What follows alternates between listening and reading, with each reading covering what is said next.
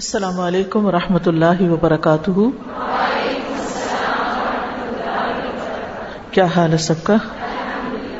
اہلاً و سہلاً و مرحبا طالب علموں کو جو اللہ کا دین سیکھنے کے لیے گھروں سے نکلے ہیں۔ اللہ سبحانہ و تعالی ہم سب کی نیت کو خالص کرے اور اپنی رضا سے نوازے۔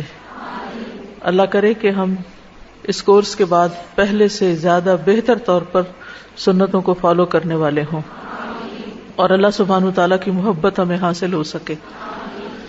نحمدہ ونصلی علی رسولہ الکریم، اما بعد فاعوذ باللہ من الشیطان الرجیم، بسم اللہ الرحمن الرحیم، رب اشرح لی صدری ویسر لی امری واحلل عقدۃ من لسانی یفقہوا قولی۔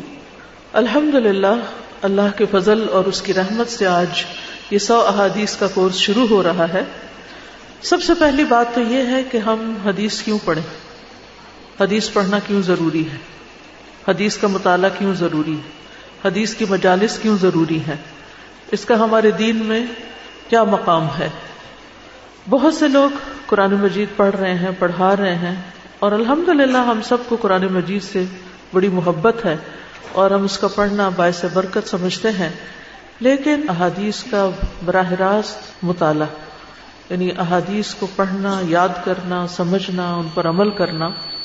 اگر ہم نبی صلی اللہ علیہ وسلم کی بعثت کا مقصد دیکھتے ہیں قرآن مجید میں، تو متعدد مقامات پر جو الفاظ کے آگے پیچھے ہونے کے ساتھ آیت ہمارے سامنے آتی ہے وہ ہے هو الذی بعث فی الامیین رسولا منہم یتلو علیہم آیاتہ ویزکیہم وَيُعَلِّمُهُمُ الْكِتَابَ وَالْحِكْمَةَ وَإِن كَانُوا مِن قَبْلُ لَفِي ضَلَالٍ مُبِينٍ۔ وہی ہے جس نے امیوں میں ایک رسول انہی میں سے بھیجا جو ان کے سامنے اس کی آیات پڑھتا ہے اور ان کا تزکیہ کرتا ہے اور انہیں کتاب اور حکمت کی تعلیم دیتا ہے۔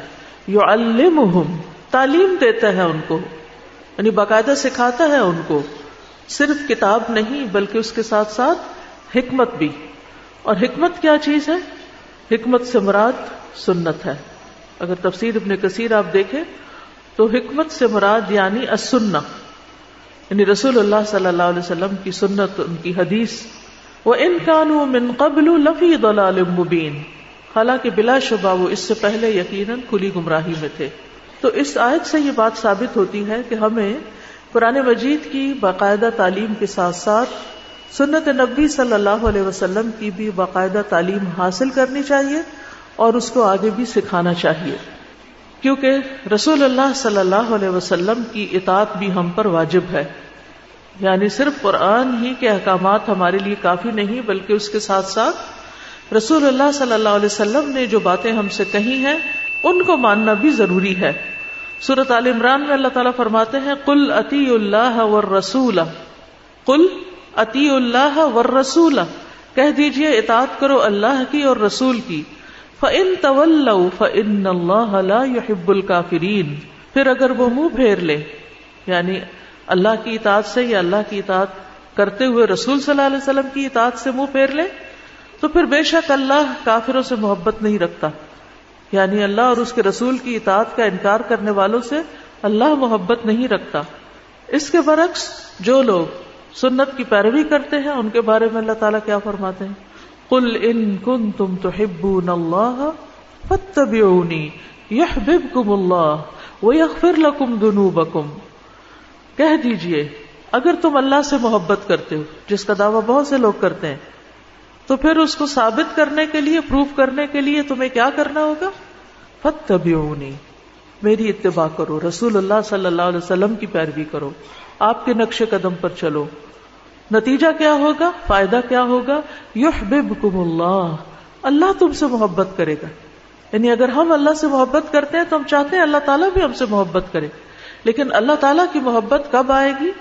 جب ہم سنت کی پیروی کرنے والے ہوں گے، رسول اللہ صلی اللہ علیہ وسلم کا اتباع کرنے والے ہوں گے، اور اس سے نہ صرف یہ کہ اللہ تعالیٰ کی محبت ملے گی بلکہ وَيَغْفِرْ لَكُمْ ذُنُوبَكُمْ، وہ تمہارے گناہوں کو بھی معاف کر دے گا۔ یعنی گناہوں کی بخشش کا ایک ذریعہ بھی ہے، یعنی سنت کی پیروی اللہ کی محبت کھینچ لانے کا ذریعہ بھی ہے اور گناہوں کی بخشش کا ذریعہ بھی ہے، جس کے بارے میں کم ہی ہم سوچتے ہیں. جب ہم کوئی گناہ کر بیٹھتے ہیں یا کوئی غلطی ہم سے ہو جاتی ہے تو عام طور پر ہم کیا چاہتے ہیں کہ اللہ تعالیٰ ہمیں معاف کر دے. ہم استغفار پڑھتے ہیں، کوئی صدقہ خیرات کرتے ہیں، صلاۃ التوبہ پڑھتے ہیں. جب تک کہ دل سے گناہ کا بوجھ ہٹ نہیں جاتا ہم اللہ تعالیٰ کی طرف رو رو کر بار بار رغبت کرتے ہیں. لیکن اس میں سے ایک خوشخبری یہ بھی ہے کہ اگر ہم اپنی زندگی میں دیکھیں کہ کہیں کسی سنت کی پیروی چھٹی ہوئی تو نہیں، تو اگر وہ بھی کریں گے تو انشاءاللہ گناہوں کی معافی ہوگی. تو یہ ایک بہت بڑی خوشخبری کی بات ہے. اور پیروی کرنے کے لیے اور یہ فائدے حاصل کرنے کے لیے لازم ہے کہ پھر ہم سنت رسول صلی اللہ علیہ وسلم کا مطالعہ وقتاً فوقتاً باقاعدہ کرتے رہیں، کیونکہ باقاعدہ تعلیم سے دل پر جو اثرات ہوتے ہیں وہ صرف احادیث کو کہیں سے سن کے یا کہیں رینڈملی پڑھ کے وہ فائدہ نہیں ہوتا. عام طور پر یہ غلط فہمی پائی جاتی ہے کہ قرآن تو اللہ تعالیٰ کی کتاب ہے اور حدیث جو ہے وہ تو رسول اللہ صلی اللہ علیہ وسلم سے ہے اور اس کا وہ مقام نہیں، جبکہ رسول اللہ صلی اللہ علیہ وسلم نے خود فرمایا الا انی اوتیت الکتاب ومثلہ معہ، خبردار مجھے قرآن کے ساتھ اس جیسی ایک اور چیز بھی دی گئی ہے، اور وہ اور چیز کیا ہے؟ وہ سنت ہے.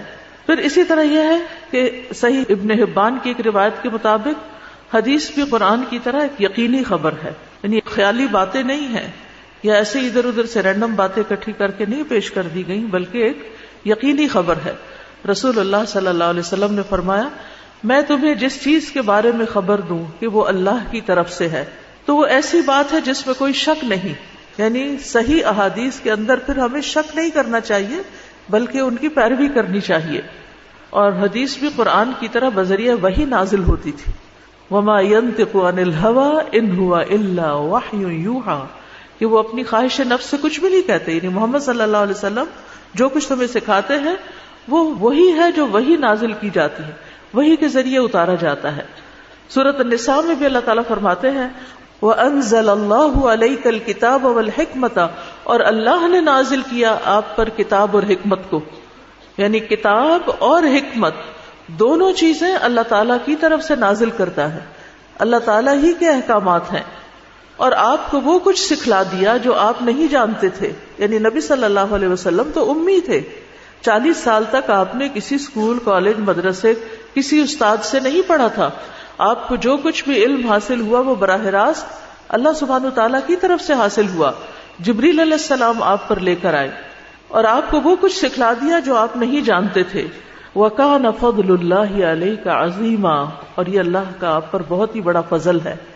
تو جو نبی صلی اللہ علیہ وسلم پر فضل ہوا کہ اللہ تعالیٰ نے آپ کو وہ علم سکھایا، اور اللہ سے بڑھ کر جاننے والا کون ہے العلیم الخبیر سے، تو اس علم کی قدر کرنی چاہیے. اور جو کچھ رسول اللہ صلی اللہ علیہ وسلم کو سکھایا گیا اس کو باقاعدہ سیکھنے کی کوشش کرنی چاہیے، اس کے لیے بھی حریص ہونا چاہیے. حسان ابن عطیہ کہتے ہیں کہ جبریل علیہ السلام نبی صلی اللہ علیہ وسلم کے پاس سنت لے کر اترتے تھے، اور جس طرح آپ کو قرآن سکھاتے اسی طرح سنت کی تعلیم دیتے. تو قیامت تک قرآن اور سنت دونوں کا ساتھ ہے، قرآن و حدیث دونوں ساتھ ساتھ ہیں. کہ رسول اللہ صلی اللہ علیہ وسلم نے فرمایا میں تم میں 2 چیزیں چھوڑ کر جا رہا ہوں، ان کے بعد تم کبھی گمراہ نہ ہوگے، ایک اللہ کی کتاب اور دوسری میری سنت. یہ دونوں حوض کوثر پر پہنچنے تک کبھی جدا نہ ہوں گے، یعنی یہ دونوں ساتھ ساتھ رہیں گے. اس لیے صرف یہ کہنا میرے لیے قرآن کافی ہے یا قرآن ہی کی تعلیم کافی ہے انسان کے لیے، تو وہ کافی نہیں ہے. اس کے ساتھ ساتھ سنت کی باقاعدہ تعلیم حاصل کرنا بھی ضروری ہے. اسی طرح ایک اور روایت میں آتا ہے، یہ روایت صحیح الجامع صغیر کی تھی، دوسری موطا امام مالک کی ہے. رسول اللہ صلی اللہ علیہ وسلم نے فرمایا میں تم میں 2 چیزیں چھوڑ کر جا رہا ہوں، تم ہرگز گمراہ نہ ہوگے جب تک ان دونوں کو مضبوطی سے نہ تھام لو، اللہ کی کتاب اور اس کے نبی کی سنت. تو گویا اللہ تعالیٰ کی کتاب اور سنت کو مضبوطی سے تھامنا گمراہی سے بچنے کا باعث ہے. حجۃ الوداع کے موقع پر بھی نبی صلی اللہ علیہ وسلم نے اسی بات کی تلقین کی تھی کہ میں تمہارے بیچ میں 2 چیزیں چھوڑ کر جا رہا ہوں، تم ہرگز گمراہ نہیں ہوگے جب تک ان کو مضبوطی سے تھامے رکھو گے. اسی طرح ہمیں اس بات سے بھی منع کیا گیا ہے کہ ہم قرآن اور حدیث میں فرق کریں کہ ہم قرآن تو لے لیں گے لیکن حدیث نہیں لیں گے. اس شخص کی مذمت کی گئی ہے جو صرف قرآن کے حکم پر اکتفا کرے. نبی صلی اللہ علیہ وسلم نے فرمایا، سنن نبی داؤد کی روایت ہے میں تم میں سے ہرگز کسی کو نہ پاؤں کہ وہ اپنی مسند سے تکیہ لگائے بیٹھا ہے، یعنی اپنے صوفے پہ بیٹھا ہوا ہے ٹیک لگا کے ایزی وے میں، اس کے پاس میرے حکموں میں سے یعنی نبی صلی اللہ علیہ وسلم کے احکامات میں سے کوئی حکم آ جائے، ان باتوں میں سے جن کا میں نے حکم دیا ہے یا جن سے میں نے منع کیا ہے، تو وہ کہے ہم نہیں جانتے، ہم نے جو کچھ کتاب اللہ میں پایا ہے اس کی ہم نے پیروی کی، یعنی صرف کتاب اللہ کو کافی سمجھے اور کہے کہ ہم نہیں جانتے کہ حدیث میں کیا ہے یا سنت میں کیا ہے، ہمارے لیے بس صرف قرآن کافی ہے. تو یہ ایک بہت خطرناک ذہنیت ہے اور اس سے بچنے کی ضرورت ہے. ابو ایوب السختیانی کہتے ہیں کہ جب تم کسی شخص سے سنت بیان کرو اور وہ کہے اسے چھوڑ دو، چھوڑو سنت کو، چھوڑو حدیث کو، اور ہم سے قرآن بیان کرو، تو بظاہر تو بڑا خوبصورت سا جملہ لگتا ہے کہ قرآن سے ہمیں بڑی محبت ہے، قرآن بیان کرو، تو جان لو کہ وہ گمراہ ہے اور گمراہ کرنے والا ہے. یعنی جو شخص یہ کہتا ہے کہ صرف قرآن ہی کافی ہے اور حدیث کی ضرورت نہیں ہے، تو ایسا شخص گمراہ ہے اور گمراہ کرنے والا ہے. تو اس شخص کو پھر اپنا امام نہیں بنانا چاہیے یا اس کے پیچھے نہیں جانا چاہیے یا اس کی باتوں کی طرف توجہ نہیں کرنی چاہیے. تو یہ مختصراً ایک ابتدائیہ ہے اس بات کی طرف توجہ دلانے کے لیے کہ ہم نے اس کورس کے لیے احادیث کا انتخاب کیوں کیا ہے اور باقاعدہ حدیث سیکھنے کی مجالس کا اہتمام کیوں کیا ہے اور اس کی ہماری زندگی میں کیا ضرورت ہے. تو گویا یہ دین کا ایک اہم ترین حصہ ہے اور اس کو نظر انداز نہیں کیا جا سکتا. اب اس کے بعد یہ ہے کہ کتاب جو ہے وہ صحیح بخاری سے 100 احادیث کا انتخاب ہے. اس کے پیچھے کچھ مقاصد تھے. ایک تو یہ کہ جب ابتدا میں نے صحیح بخاری پڑھانا شروع کی 97-8 میں، تو اس وقت طالبات جو تھی وہ بعض احادیث جو تھی اہم وہ یاد بھی کر لیتی تھی، یا یہ کہ ان کو الگ سے میموری کے طور پر بھی سمیٹنا چاہتی تھی. صحیح بخاری کے اگرچہ حفاظ پائے جاتے ہیں، یعنی آج کے دور میں بھی اور پہلے بھی، کہ جو پوری بخاری جو تھی وہ زبانی یاد کر لیتے تھے، لیکن ہماری ہمتیں اور ہماری دلچسپیاں ہی مختلف ہیں، اس لیے ہم اتنی بڑی سعادت تو حاصل نہیں کر سکتے. لیکن کچھ لوگوں نے یہ خواہش ظاہر کی کہ اگر احادیث کا کوئی ایسا مختصر سا مجموعہ تیار ہو جائے کہ جس کو ہم زبانی بھی یاد کر لیں، اور اس کے لیے پھر بخاری کو کھول کے کئی والیوم میں حدیثیں ڈھونڈنا اور یاد کرنا وہ ذرا ایک مشکل کام ہے، تو کیوں نہ ہم ایک عمومی طور پر دین کے سارے پہلوؤں سے متعلق، جیسے عقیدے سے متعلق، عبادات سے متعلق، اخلاقیات سے متعلق، معاملات سے متعلق صحیح احادیث، اوتھینٹک احادیث، لیکن سائز میں ذرا چھوٹی، کیونکہ لمبی تو یاد کرنا مشکل ہے، تو کیوں نہ ان کو الگ چھاپ لیا جائے. تو خیر الحمدللہ یہ مجموعہ تیار ہو گیا. اس کے بعد یہ تھا کہ اب اس کو آگے پڑھایا بھی جائے، خود بھی پڑھا جائے. اگرچہ احادیث بہت آسان ہے، لیکن کچھ مختصر وضاحت ان کی اس طرح ہو جائے کہ اس کتاب کو آگے اپنے کورسز کے ساتھ، یا پھر یہ کہ جیسے جو بچیاں حفظ کر رہی ہوتی ہیں، یا پھر جو سمر کورسز ہیں، یا کسی بھی شارٹ کورس کے طور پر اس کو سکھایا جا سکے. ان میں سے بہت سی احادیث پہلے بھی آپ کی نظر سے گزری ہیں، لیکن یہاں انشاءاللہ جب ہم دوبارہ سے ان کی یاد دہانی کریں گے، اور میری یہ خواہش ہوگی کہ اگر ہو سکے تو ان احادیث کو آپ عربی میں یاد کر لیں، تو یہ بہت بڑی بات ہوگی، کیونکہ قرآن مجید کے حفاظ تو بہت ہوتے ہیں لیکن حدیث کے حفظ کی طرف توجہ نہیں دی جاتی. ابتدا میں تو حافظ کہا ہی اس کو جاتا تھا جو حدیثیں حفظ کرتا تھا، یعنی جس کو 1,00,000 حدیثیں یاد ہوتی تھی وہ حافظ کہلاتا تھا. تو اس لیے بہت ضروری ہے کہ ہم چلے حافظ حدیث نہ صحیح، لیکن کچھ نہ کچھ ایک قطرے برابر حصہ ہمارا بھی پڑ جائے. اور اس کے ساتھ ساتھ یہ کتاب آپ اپنے بچوں کے ساتھ بھی شیئر کر سکتے ہیں. اس سے پہلے ایک کتاب چھوٹی سی تیار کی گئی تھی قال رسول اللہ کی، اور اس کو بھی اردو انگلش میں ٹرانسلیٹ کیا گیا تھا اسی مقصد کے لیے کہ ہم اپنے بچوں کو دین کا ایک مختصر سا خاکہ جو ہے صحیح ڈائریکٹ نبی صلی اللہ علیہ وسلم کے الفاظ میں دے سکے. ایک تو یہ نا کہ ہم اس سے مسائل اخذ کر کے ان کو جنرلی خود بتا دیتے ہیں، اللہ ایک ہے، محمد صلی اللہ علیہ وسلم اس کے رسول ہیں، نماز پڑھو، زکوٰۃ دو، سچ بولو، وغیرہ وغیرہ. وہ ٹھیک ہے، وہ تو پھر ہماری باتیں ہو جاتی ہیں نا کہ ہم کوئی نصیحت کر رہے ہیں. اور دوسرا یہ ہے کہ ہم ان کو صحیح ریفرنس کے ساتھ، صحیح کنٹیکسٹ کے ساتھ وہ حدیث پڑھا دیں، ان کی آنکھیں دیکھ لیں اور اس کو وہ پڑھیں اور سمجھیں. تو اس سے بچوں کی تربیت پر بھی ایک اچھا اثر پڑتا ہے. خود میں نے یہ ٹیکنیک اپنائی ہے کہ بہت زیادہ اپنی باتیں کرنے کی بجائے براہ راست رسول اللہ صلی اللہ علیہ وسلم کی بات جو ہے وہ بچوں کے کان میں پڑے. اور اس میں بہت سے لوگ عربی کو چھوڑ دیتے ہیں، لیکن جو شخص قرآن نازلہ پڑھ لیتا ہے اس کے لیے عربی میں حدیث پڑھنا کوئی بہت جان جوکھوں کا کام نہیں ہے. تھوڑی سی دلچسپی اور توجہ کی ضرورت ہے. تو اس لیے میں یہ چاہوں گی کہ ان احادیث کا پروننسیشن بھی صحیح طور پر آپ کو آتا ہو.